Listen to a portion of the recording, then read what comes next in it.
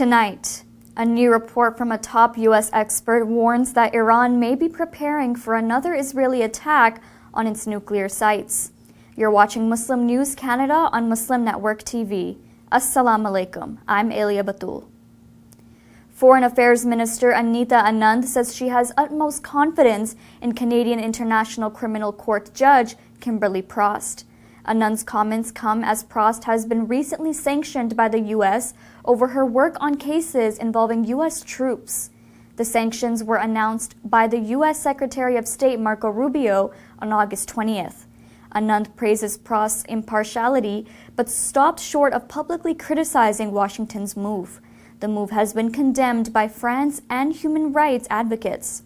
Critics say Ottawa's muted response leaves Canadian officials vulnerable. Conservative leader Pierre is calling for the federal government to scrap Canada's temporary foreign worker program. Poilievre argues the program shuts young Canadians out of entry-level jobs and drives down wages. He is accusing the Liberals of exploiting foreign workers to benefit corporate elites. In response, Prime Minister Mark Carney's office says Poilievre's numbers are misleading and that most permits issued this year are extensions. Government officials acknowledge the program needs review, but insist the program plays a role in meeting labor shortages. Business groups warn scrapping the program outright would hurt employers, especially in rural Canada. Alberta Premier Danielle Smith says a revised order banning school library books with explicit sexual content will be released shortly.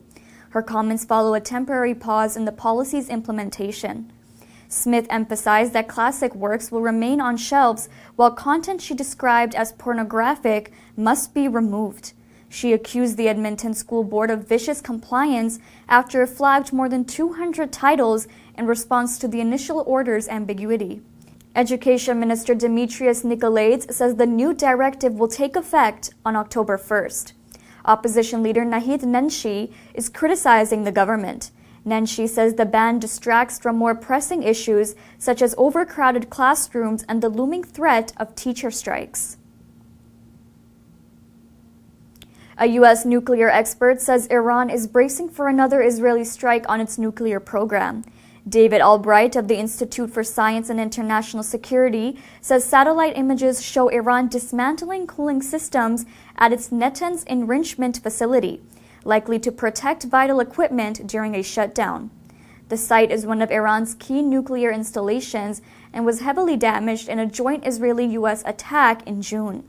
Analysts warn the latest move suggests Tehran is preparing its infrastructure to withstand further strikes. Thank you for watching Muslim News Canada. We are a community channel dedicated to bringing you stories you can trust. Please like, share, and subscribe to our content.